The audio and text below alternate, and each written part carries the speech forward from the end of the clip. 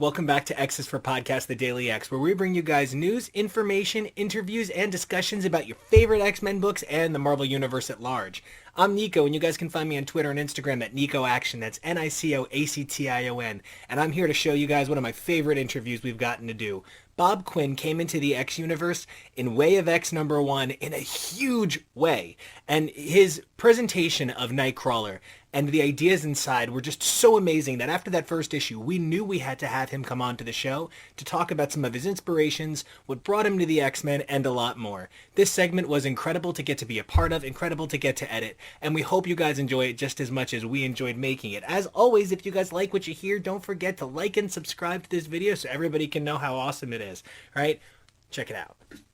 Hey everybody, and welcome back to X's4 Podcast. I'm Nico, and you guys can find me on Twitter and Instagram at NicoAction. Now that's NicoAction. And I'm Arturo. You can find me at Mr. Toybox on Twitter and Instagram. Hi everyone, this is Dante, and you can find me on Twitter and Instagram at Inferno Magic. And I'm Jonah, and you can follow me over on Twitter and Instagram at Peak Jonah. That's Peak, and we hope you survive this experience. And what a fun experience we have today. Now, everybody probably checked out our super positive coverage about the first issue of Way of X, and I couldn't be more excited. We have half of the creative team that makes those top credits with us today. We have Bob Quinn. Hey, everybody, say welcome to Bob Quinn. Woo! Yay! Yeah, I'm gonna celebrate myself. That's what's happening. You should. Like, we should all be Steven Universe and want to hug ourselves to defeat the bad guys. What a wonderful motto to live by. Celebrate yourself, everybody. Bob Quinn for the win. Yeah, maybe just celebrate me though. Let's consider that for a moment. Right? Would you like us to throw you a parade? Something a little festive? Maybe some cake? We talk about cake a A lot. gala, perhaps? Use your imagination. Whatever comes to mind. Listen, if we could get ourselves invited to a cake gala, I would be there yesterday. It's just cake and cake and cake. And it's me in like a cool cake tuxedo. And Janelle Monáe comes up to me and she's dressed as a cherry cordial. And she's just so excited to be there. Guys, inside my head, it's beautiful. But Wow, we've gone off the rails sooner than usual, guys. I don't sooner know. than usual. Show's making me hungry though. Right?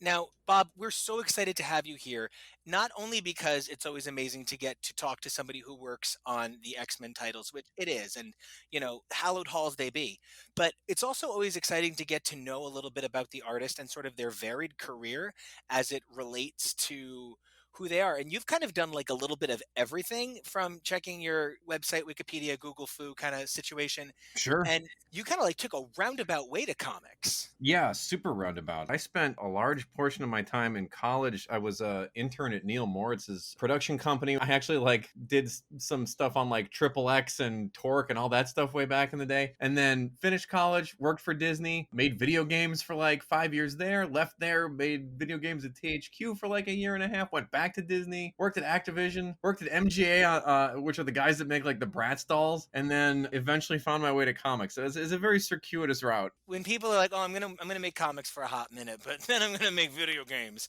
right? And you went in a very different direction, and comics are thrilled to have you here.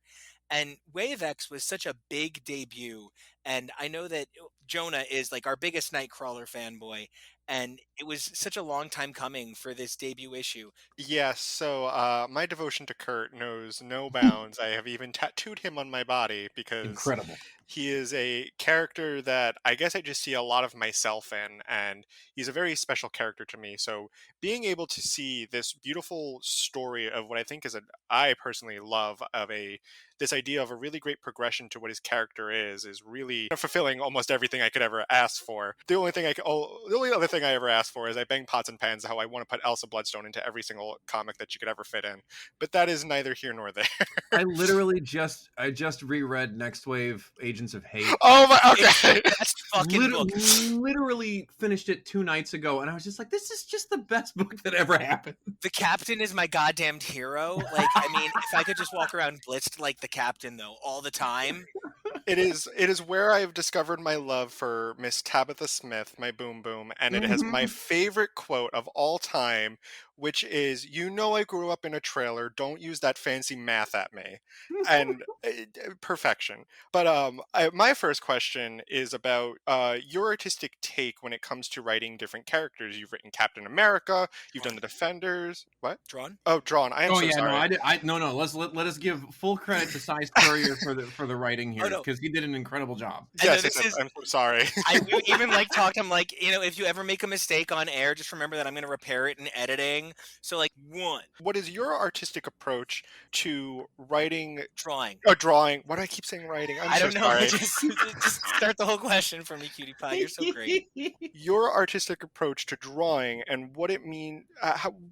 What is your approach when drawing different characters and helping set that tone for the book that you're drawing for? Writing for Captain America or Way of X or the Defenders. Keep all of this, please. Yeah. You know what? Let's. You don't get any redos. Not with me. I'm going to talk about how I wrote this book. Cy Spurrier has nothing to do with it. This guy stinks. Taking all my credits. He gave me a script, I threw it in the trash, set it on fire, made my own book. That's why you love it. No. That actually happened to Brian Bendis on Daredevil Ninja, so don't joke. No, I've heard about these things. I'm a member of a couple of whisper networks on Twitter. Not really, but it's you'll hear stories about how an artist goes, you know what, there's not enough punching in this issue, and then they just throw the whole thing out and then just draw whatever the heck they feel like. And I pride myself on being somebody who can read a script and do what it tells me. I'm very proud of your use of your eyes. Thank you. You're very welcome. Largely what I look for is sort of the mood of the scene, and I try to understand as much as I can where all the different characters' headspaces are, right? The thing I've gotten the most critical praise for, which obviously I very much appreciate, is that a lot of people said that the acting on the characters was very good. So I'd like to think I'm pretty decent at that. So I try to inhabit the headspace more than anything else of the different people that I'm drawing, and then attempt as best as possible to really make sure that they're, emoting properly. I sort of understand their personalities such that, and also the physicality of the characters as well, so that they're moving around the page and bouncing around or looking more solid and grumpy and stuff like that. It's all very character focused. Some people were complaining that my Kurt was too skinny, and I was like, he's 5'9", 150. He's not stacked. What are you doing? He's a skinny boy. He's a trapeze artist. Settle down. So and it's stuff like that is sort of how I tend to approach the drawing. You sound uncomfortably like you belong on our show, so this makes a lot of sense to me now. Yes. You're like, this is his build. Do you understand? Not everybody can fit your over-muscled steroid needs, guys. I love this. I agree. See, this is good. This is a great show. I'm glad to be a part of it. Well, we're glad to have you. I need to talk to you about Dr. Nemesis immediately. Forever. Because, wow. I mean, is he as fun to draw as he is to look at? And where did the idea come from for the mushroom fungal fade? And just please talk to us about Dr. Nemesis and all of it. He's totally a laugh. I really, really love him because he's so self-important, right? The whole thing.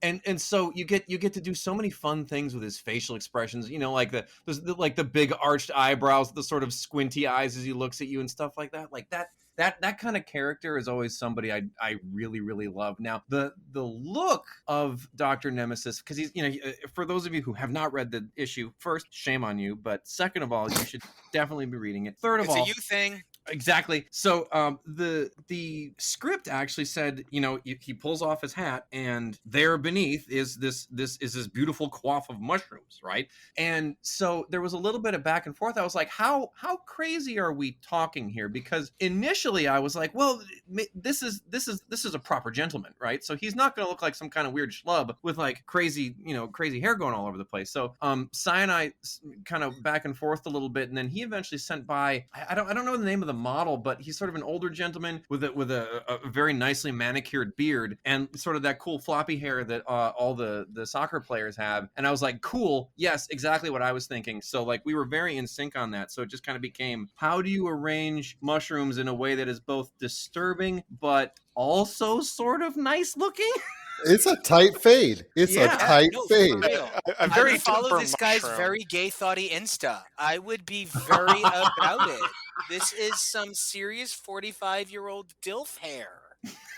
Who totally appreciates that he has gay followers and straight followers and all kinds of followers. He's very cool like that. Oh yeah, no, Absolutely. absolutely. Yeah, he's here to tick a box for every demographic. Well, we're here to have him ticked. I mean, Yeah, I let's fell in go. love with him in X Club and the Fraction Run.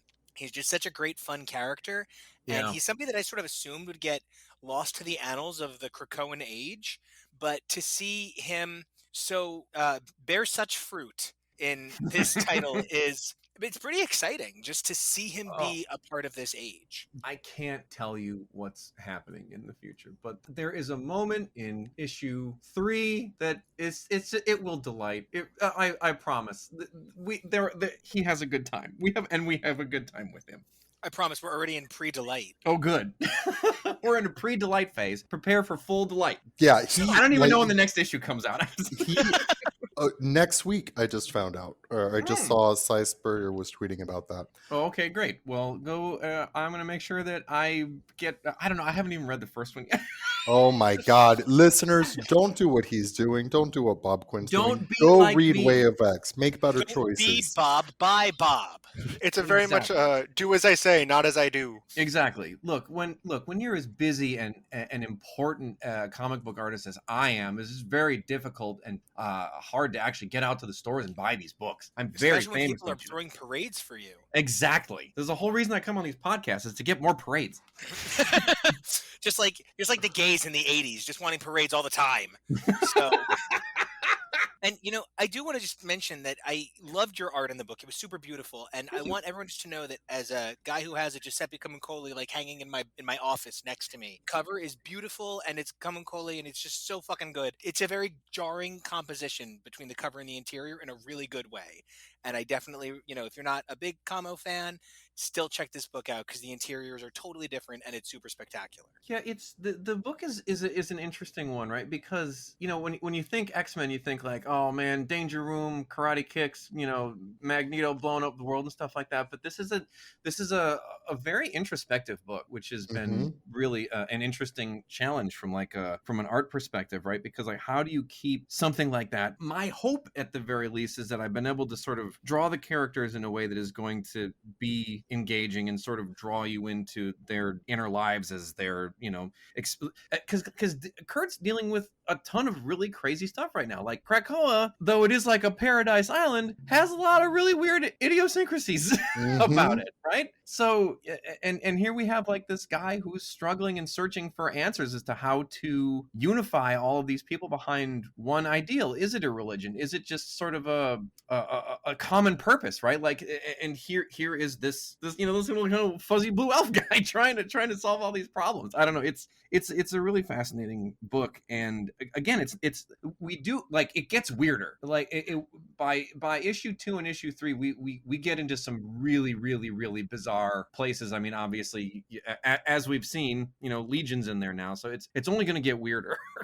We went in expecting it to be okay, this is the book where Nightcrawler is going to explore religion, and then it felt like you guys even subverted those expectations when somebody's asking Kurt about religion and he's like, I really should not have even said that to anybody. It just feels like we're going to get into some heavy water, but not in a very straightforward way. Like, this might end up being about religion, but that's not its clear intention. And I like that you're sort of like creating this contrast of like sometimes Krakoa is Xanadu and sometimes it's Overlook Hotel, the island. It's that strong dynamic that is inherent to Cy Spurrier's work on X-Men, whether it's his Legacy or it's his X Club. The guy writes a heavy book, and like you guys are saying, it's excuse me, I just burped really into the microphone. Wow, I didn't even hear it. Oh, cool. I just drew attention to it for no reason. A really... Here, everybody, let's burp into the microphone so that Nico doesn't have to feel bad. Nobody went with me on that. We're supposed to yes and people. You didn't hear me. Oh, no, I did. I love how dainty that was. Well, You didn't hear me. I was trying to yes. I'm Jonah. I was yes anding. And All right. Well, I was about to turn the mic to. I was about to be like, Dante, ask a question, but I'm just gonna cut it around that. Like that's the segue I get probably the best segues in this show, it seems like. every time. Bob, I think another thing that really draws a lot of folks, me in particular, to the book is that it's really highlighting, showcasing a lot of characters that we feel like have not gotten their due in the era of Krakoa. So obviously, Kurt, Dr. Nemesis was really exciting to see. So I'm wondering, who is your favorite character to draw, and why is it Pixie? It is Pixie. You are correct. No, you're right. No, because so here's my dirty secret as an X-Men artist is that I was not a big comic book reader as a kid. I read a lot of comic strip stuff. So like, when normal kids were getting like golden books read to them for bedtime stories, my dad was reading me Mad Magazine. So like all the guys I looked up to were like Mort Drucker and Dave Berg and Duck Edwing and Al Jaffe and like all those guys, right? Don Martin. So I didn't read a ton of X-Men growing up, but I did read a bunch of the Academy X stuff. And I came in during the Quest for Magic when Scotty Young was drawing it. And that first storyline wasn't like super Pixie heavy, but she was in there and I was like, oh wow, she's really cool, right? And then that sort of for whatever reason, the torturing of these adorable children became something that I guess I sort of was reading. So but yeah, Pixie's great. She's super cool. She's a lot of fun to draw. And I've been told by some of the editors that I might draw their favorite Pixie. So get ready. She's in there. She's fun. And yes, she is the best to draw. This is correct. And we had Scotty Young on the show recently and actually talked to him about creating that arc. Mm-hmm. And he gave us a really great tidbit, which was when they asked him to do it, he didn't know that when an artist starts a book, they don't just redesign the whole book top to bottom. No one told him that. Mm-hmm. So he got the assignment on like a Wednesday, and by Friday, he had recreated all of the characters and was just glad he got the approval. But like his dramatic departure in style was just him thinking that that's what you're supposed to do. Well, no, but that was the thing that actually really drew me to that part of the arc was that like these were supposed to be kids and he was the first person drawing them like teenagers, right? Like they looked young. And I think that really, for me at least, really heightened a lot of what was happening, right? Like, okay, cool. These are fun kids. Oh boy, they're going to go to hell now, right? Like there's a lot for children to take on. So to that end, I tend to like that stuff, right? Like I grew up on the Goonies, right? Kids Against the World is one of my favorite genres of movie and story to tell. So when I'm given the opportunity to draw a younger character, I'm going to take it, right? Because they're already up against more, right? It leads to more heightened drama when they're in danger because it's like, well, this is a young person. They're not super, this isn't Cable, right? He hasn't been dealing with a million years of war and turmoil, right? Like this is somebody who's supposed to be sheltered and protected and like let them enjoy their childhood. No, none of these kids got to enjoy their childhood. It's all terrible all the time. Pause. I am casting you as Cable in whatever I write. That was Cable the Musical. That was Cable the Musical. Yeah. And you get that joke because we've spoken. So that's that was right up there. That was spectacular. Yeah, I have many varied talents, you'll find. For a moment there, I felt like we were interviewing Nico when you like dropped into your Cable voice. I was like, honestly, yeah, that's what I loved about it. I'm a very easy man. Give me peanut butter and make me laugh. It's pretty good. Boy. I love that you brought up the Scotty Young era because, it is so important to recognize that the X-Men is full of, for lack of a better term, beautiful ugly. I love my ugly, right? Like I have a number of my favorite characters are characters that everybody's like, yeah, you just like them because they're hideous. Like I'm obsessed with Maggot, and I just think Eenie and Meanie are the greatest things in the world. And there is something so special about making ugly beautiful. And that's something that this book had going for it. Most of the X-Men, especially early on in their iterations throughout the 1960s and 70s, focused on the most loveliest freaks you've ever seen in your life. Oh no, his wings are too beautiful and soft, and if you rub them, it might feel good. I don't know. Like, Angel wasn't the sort of freak we needed. And this book really dared to deform physicality with the sort of gazelle, antelope, giraffe lady and her distended limbs. And it was something that was really different than a lot of the prettier X books. Was there like a specific drive to make that sort of beautiful ugly that the X-Men can express, but often kind of gets, prettied down? That one. I mean, I think I can't speak to the initial creation of that character necessarily from like a conceptual standpoint. I can tell you from like the visual standpoint and a little bit for me what she represented in the storytelling, because like what you had was, so the character, as far as I know, unless there's something changed in the writing since I got the script, is that the character's name was lost, right? And she comes back later in a pretty significant way that is very interesting, but like a big part of it was sort of using her to examine the sort of warrior culture around the Crucible, obviously, which we saw as she got like just, obviously as all mutants who are depowered do, killed, right? But like to me, it was so much about her pain, and it's like she'd already been living this life of absolute misery due to being, having been gravity neutral and being completely endomorphic, right? So her entire body had stretched, and then in order to get around, she'd actually folded herself into thirds, right? Like her entire body had been folded underneath all of her robes and stuff like that. And then we take her into the Crucible and then further abuse her, right? Like it's absolutely terrible. So we do that and then bring her back. So it's like it speaks to a lot of the complicated nature of a lot of the stuff that goes on there, right? Like you want to live in Valhalla, you have to die gloriously on the battlefield, and then finally she gets to come back and not be miserable at all. Was it the right thing to do? What is it? Did you do the right thing? Is it good to kill people in this way, right? Like it's such a bizarre question, such a bizarre ritual. Like, I mean, again, these things are all set up by that writing team in order to be explored in this way. But like, I don't know, I feel very fortunate as to be the artist who got to be part of that exploration. I don't know, it's interesting and interesting, fun, heartbreaking, all that stuff.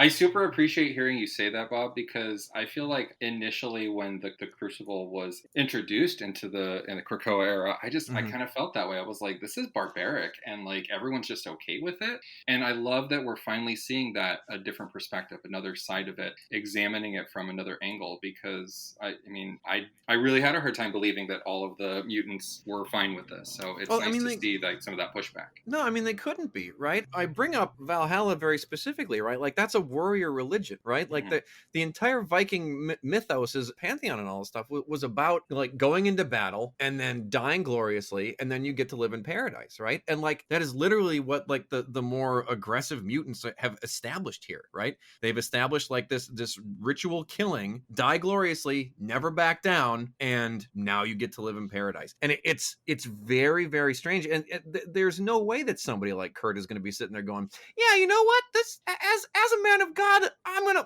let's not only flaunt, hold on, murder. Pause.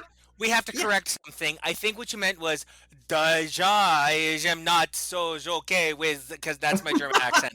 Right. It's just slightly south of. It's like Alan Going in Cabaret. So you just need to throw in the German, and we're all sure. Good. Well, I was noticing that we were killing people in the Crucibles, and I was very concerned about it. So. Because it's like what even is a soul in this consideration, Yeah, I love that the German became very generalist European. Yeah. Oh, it was perfect. To be told that I was out of Peterson, I was very excited. Tim Gunn was going to come out and tell me to go to the workstation. It was going to be great. I'm going to tell you to make it work, designers. Make it work. Hello, designers. Before we were doing one of Santino's songs about Andre. My favorite joke ever, for anybody who's ever seen Project Runway knows who Santino Rice is, maybe from Drag Race. Jonah one time told me this joke, and I think it's the truth. No, what? Okay, very quickly, what happened was someone said, this person who's working at this Jamba Juice at this festival looks like Santino Rice, and it turned out to be Santino Rice. And we're just like, Y'all gonna make me Google what happened to Santino Rice. Oh, Uh, history. Okay, So, this is anyways, back to the back book. back to X-Men. Yeah. Oh, this is terrible. This actually sounds like a just yeah, no, you fit the show too well. That's why we're off topic. I'm glad. Let's do it. We'll do this weekly. I'm down. Let's go. You said that you didn't grow up reading a lot of comics, right? But I feel like one of the things that's so powerful about this idea of, if we want to look at the Morrison definition of super god, or if we want to look at the Moore definition of sort of transcendent sigil character, right? I think one of the things about superhero culture is that it's like really proliferated mainstream culture in a lot of ways. Were there any superheroes that like specifically like caught your like cultural eye? Like for me, I got a Green Lantern issue from Pathmark Supermarket when I was like 5 years old, and now I collect Green Lantern rings, so we can all see how that imprinted on me. Was there any sort of superhero that had a dynamic impact on your understanding of fiction and sort of in that way? The thing of it was for me is that I was such an art kid, right? Like I really actually started reading more books in the 90s, which was not a great time for incredible storytelling, right? Like my cousin, I remember their family was sort of into sort of like I hesitate to call it the speculator culture, but like they were definitely buying things in the hopes that it would appreciate. And they brought home a bunch of Cyberforce comics, and that was my first exposure to Mark Silvestri, and I was like, oh my God. I was like, this dude, this is all I want to look at, right? So I actually started buying Cyberforce really religiously, and I've recently gone back and reread the initial 4-issue run, and I was like, you know what, this is a complete mess. Like they couldn't figure out what story they were trying to tell. And now that I look back on it, I noticed that. But at the time, I was like, oh my gosh, this guy's got robot arms and big claws, and this dude's huge, but he talks like a surfer. That's so cool. Oh man. And then this one girl runs real fast. How cool that guy's got 4 arms and 3 of them are on one side. He's got like 4 armpits on one side. It's incredible. That's the worst deodorant commercial I can project. I know, and it's metal. But how are you going to make it work? It doesn't work. So I was right there with you during that whole era. Wildcat, Exactly. Cyberforce, even Youngblood, God help me. Oh yeah. You know what? Okay. We're totally off topic. Youngblood actually had some really interesting themes and stuff that it was dealing with as far as the plot mechanics. Yeah. Yeah, plot I'm with you mechanics on and like also like celebrity culture and stuff like that. But it was, to a certain extent, it was sort of a little ham-handed, and I think it kind of got in its own ways. But like, it was actually dealing with some really cool stuff. And I was like, I'm gonna look back. Maybe you know what? Maybe Cyberforce is gonna surprise me, and it didn't. Like, it just was kind of like, okay, well, it seems like they want to tell me a story about found family, but not really. It seems like they want to tell me a story about mutant alienation, maybe sort of making a race play sort of an analogy. No, it's not really doing that well either. It just looks really nice. That's like, you just said about books in the 90s. That's Yeah. like, I think that's the pinnacle 2000s book, with Mark Z Danielewski's House of Leaves. Oh where yeah, it's just I like got a copy of it. I got a fucking copy of it on my bookshelf. It's just the prettiest goddamn book in the world. But what the fuck does it say? Footnotes upon footnotes. Words Oh my god! written And in you have squares. to turn it upside down, and Yes. sometimes it's in red for no fucking reason. It stresses me out. If I didn't love Poe's Haunted so much, I wouldn't do it to myself. Is it in But- red for no reason, though? Is it truly in red for no reason? Oh my god! And now I hear Exploration B playing. It's terrible. And now it's the Navidson record. This is terrific. Mm-hmm. But it's that sort of idea of pretty has to mean something that really Mhm. brings me back to Way of X in like an actual organic way, not like in a I remembered we're on a show suddenly way. It was a very But- good segue. You're a great host. Thank you. But I think the thing that I find super important is that if you're weird just to be weird, everybody just sort of points at you and go, you're weird to be weird. It's like that kid who finally figures out how cursing works exactly and just can't stop saying shit a lot that one day. If you're just weird to be weird, it doesn't accomplish anything. But there's sort of a standard point at which we accept this is that tipping point of surrealism that we look for, with the example of the mushroom fade, the fungal fade, as it was so perfectly put. Now, were there any ideas that were like, okay, it was too weird and we said maybe pull back a little bit? Did anything have to get reined in because it was too strange? So in issue 3, I did some weird stuff art-wise. I was like, I don't know how to explain what I want to try to do here, so I'm just going to do it. And then, so I sent an email to my editor and I said, is this too weird? And I sent it really late at night, and he's on the East Coast, obviously. They're at Marvel, right? They're in New York. I'm in LA. And he goes, asking me, is this too weird, is actually going to get me to open my email at this hour. And they were like, no, this is perfect, right? So this book does go into some weird places, right? Again, I don't know exactly how much I can tell you other than we have a couple of characters that try to get to know each other better, and then take a route that seems like it would be more direct but ends up being a bit more circuitous and ends up with some really strange visuals. I've got Howard Johnson's I'd like to get to know you well playing in my head now. But no, I can't think of a part of this book where I did something and said, is this too weird? And anybody said, yes, that's too weird, Bob, tone that back.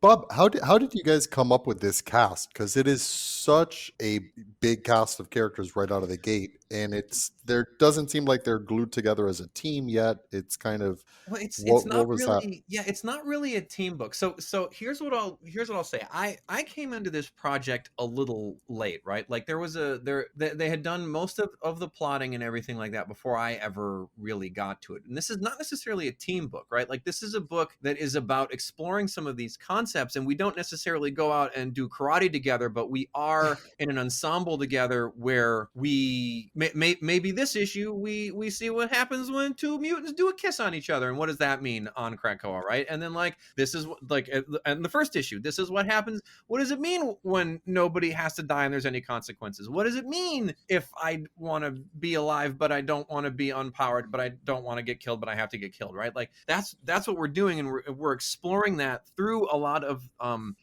what is it doing to the youth culture, man? Like that. So like we're talking about like these younger mutants, right? Like we've got Pixie, we've got Blink. These are not old people. They've now grown up to equate it to the older people. I remember a world with rotary telephones, and I know how they work.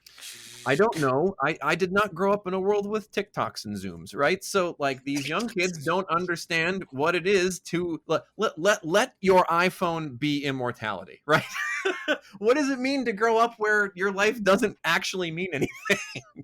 That's what we're talking about. And we're doing it through these characters. They're not necessarily coming together to form a super team to fight a robot. So, young people. He's young, right? I have a super specific question. Okay. Nightcrawler, one of his powers, and it feels like nobody does anything with this in a long time, is that he can basically camouflage in the shadows.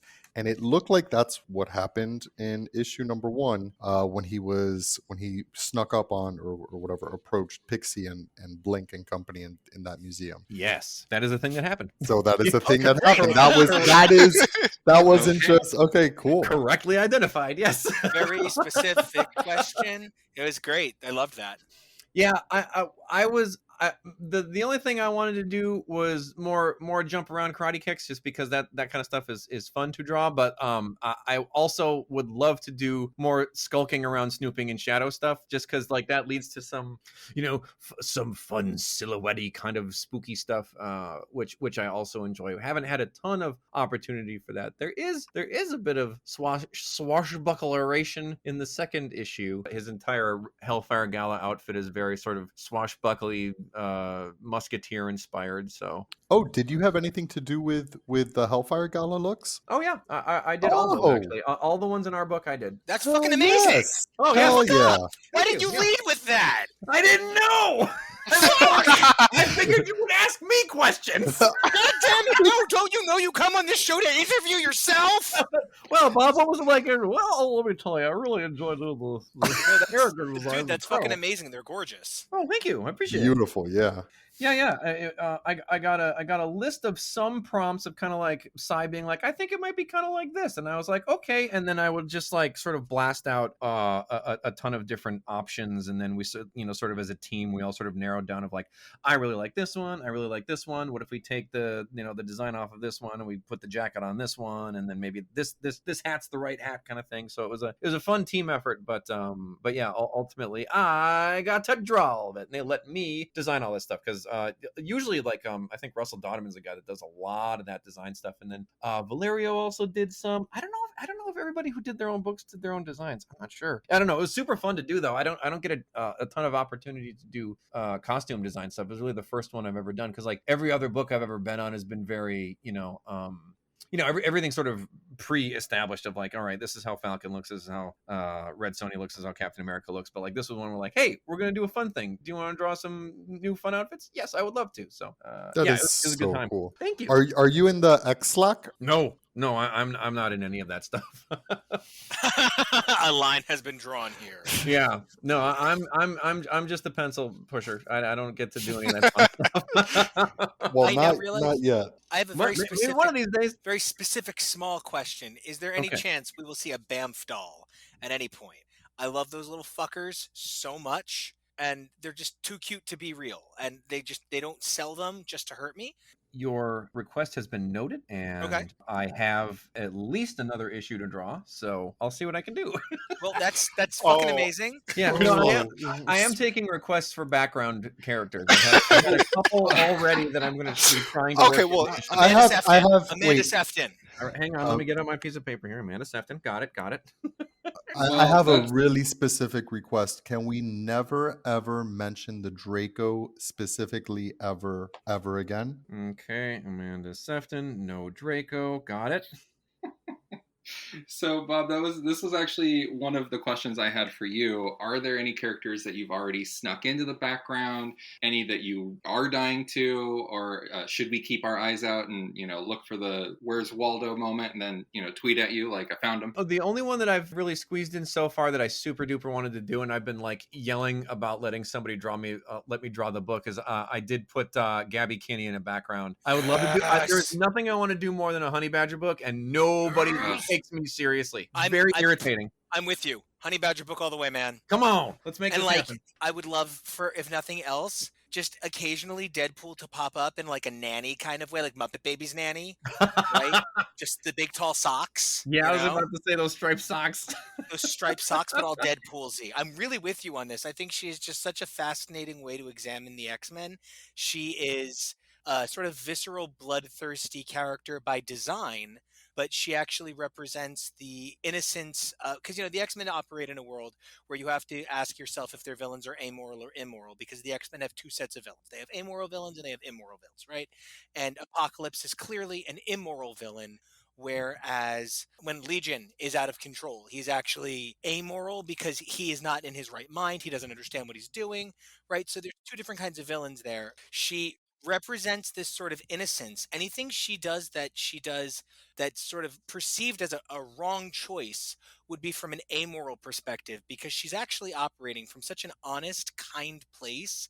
She doesn't recognize the violence of the actions she takes in the moment. She has trouble distinguishing it because she always sees herself as healing. So there's that period of time where she has trouble seeing other people as capable of dying. And I think it's that unique perspective as a tertiary, sort of third generation Logan clone in many ways that creates kind of like the backbone of what the X-Men should represent, and what, Nightcrawler represents, this heart amongst the hurt. And I think that's something that's so important to the X-Men as it continues. I have nothing to add. There's a beautiful breakdown. It was really very nice, actually. I'm a big Honey Badger fan. As we all should be, let's be clear. I mean, 100% agree on that. And I hope that you do get to write a Honey Badger book someday, because I will read the shit out of it. You have three listeners. You have three, not listeners. Whoop. You have three readers right here. All right. I'm ready to write it with you. So anytime you need a writer, you want to draw, you need a writer, I'm with you. I'm ready. Also, you have three listeners when you do the audiobook where you do all the voices, including Honey Badger, because I'm there for that too. And when you join the podcast. Let's go. Love it. Bob, I want to say this has been such like a fucking pleasure, right? Because like interviews are usually, they're fun, and like I don't think we've done an interview on this show where I've been like, oh my god, where's the bathroom? I have to shower. Like I haven't had like a bad interview yet that's left me feeling gross.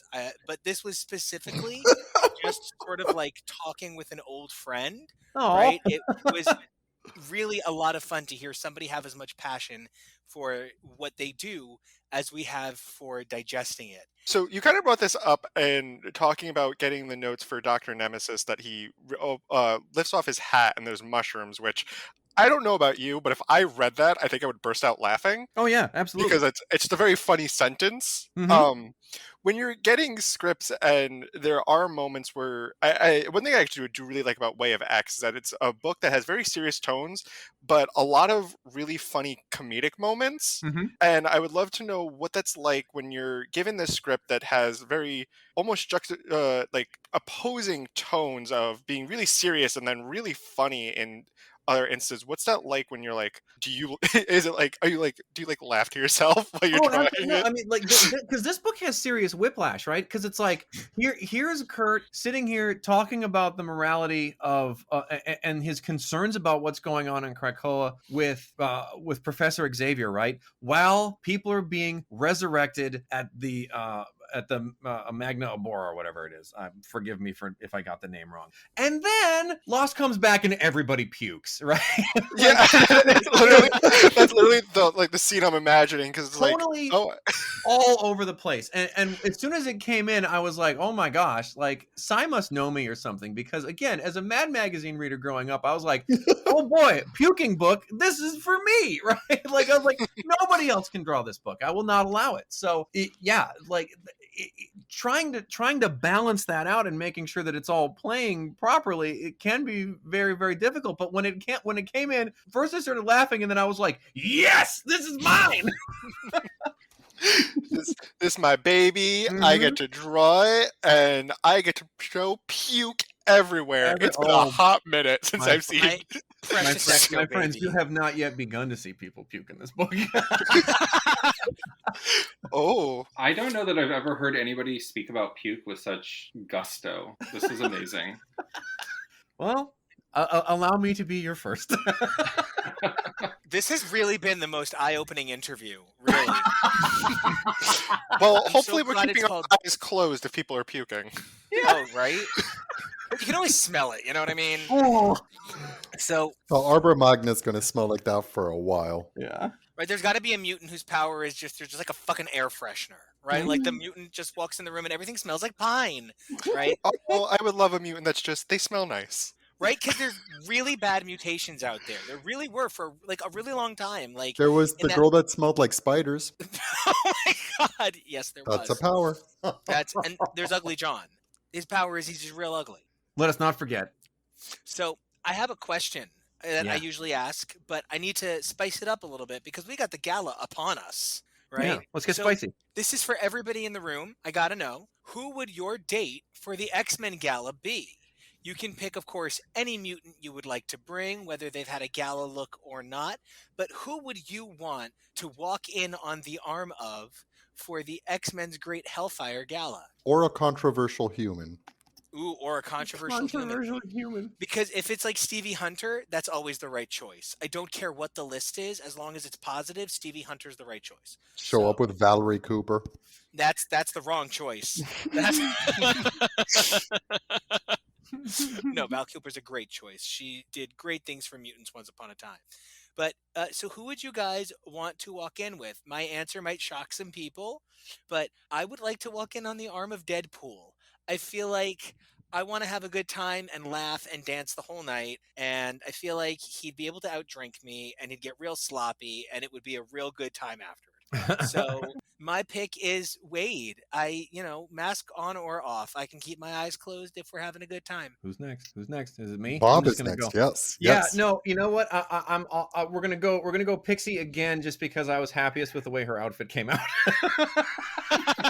I was like, oh man! I said, Drew, and I was like, yep, nailed that one. I take Pixie because I'm proud of myself. I will date my best job. That checks out. That checks out.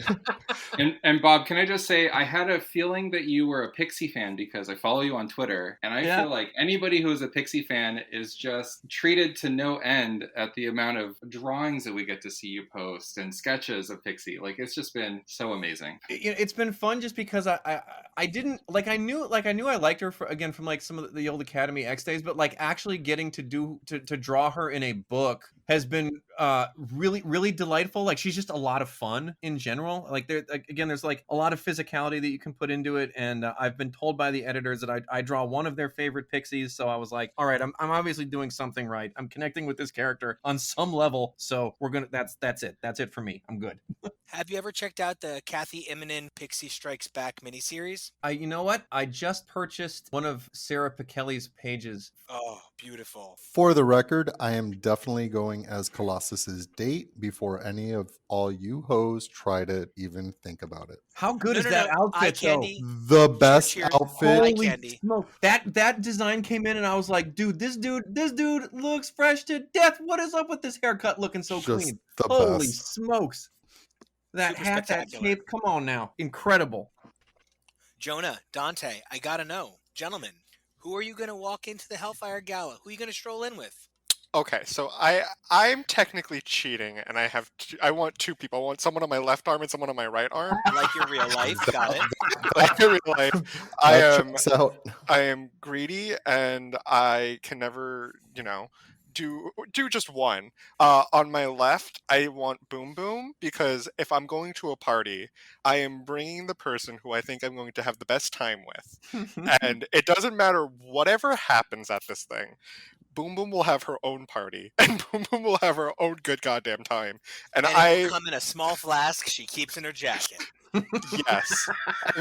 The person I want on my right arm, because I enjoy some eye candy, would be Bishop. Mm-hmm. Because he's gorgeous and amazing, and I feel like I can really get to know him, and we could have a very beautiful moment together. Now, Dante, who would you don the fancy duds to take with you to the Hellfire Gala in full regalia? First of all, Jonah, I am appalled that you did not invite Elsa. Listen. Oh, shit. Mic drop. I was thinking about Elsa. You just said you want her in every book, and you're not even going to bring her to the gala. Like, she is busy right now. She's got some other things going. She got a house call from the Black Knight, and she has her ghost bullets that she needs to polish. Your fine knowledge of Elsa Cannon is actually really attractive. She is busy in her mansion, sipping on a cuppa, and wondering why she's still paying for Cullen's boarding school when he's busy trying to make out with other mutants. Oh my god, Dante, who are you bringing? I always have the best moments to segue into. Gosh. So I also have a dual answer, but not someone on each arm. But if I don't get asked to the Hellfire Gala, and I'm going to go with my buddy, who I know I'm going to have a good time with, I think that's going to be WizKid. WizKid and I are going to go hang out. We're going to be friends. We're going to have a great night. Because he just has that fun energy. But who I'm really, really hoping is going to invite me and take me as their date is Manifold. Ooh. Shifts reality around him, feeling the winds of the universe. Hell yeah. That's an easy way to exit any uncomfortable moments, too. I'm so upset none of us picked Emma Frost. Listen. Oh, I'm not good enough for that. She can step on me. Exactly. We're not on her level. With scorn. We don't even deserve to, share the same space. We're lucky she's letting us look at her. That's actually show policy. Emma Frost can step on your neck anytime. That is show policy. Yeah, that tracks for me. I get it. They've taken this character who, really did represent the immorality of the X-Men in so many ways, touching back on the Laura touchstone, that it's just so fascinating to see how far they've taken her. And the ride that Jerry Dugan has taken us all on with Marauders has been ridiculous for Emma Frost, and it's been spectacular. I hate how into Dr. Nemesis I am with his weird mushroom. Oh god, he's so hot. It's disturbing how attracted I am to him now. So thank you, and I hate you for that. Yeah. I'll take it. You'll be hearing from our lawyers. Yeah. I don't have a lawyer. I'll be representing myself. I'm putting the system on trial. Your Honor, this entire court is in contempt. There's a kangaroo court. This is a kangaroo. It all just turns into the gang goes on trial and the serial defense. Which is no good because I've been practicing bird law. I don't know what I'm supposed to do. Oh my Pepe Silva! Hey guys, if you like that cut from X's4 Podcast, you'll be sure to like some of our other materials. So don't forget to like, subscribe, and check out these other amazing videos here at X's4 Podcast.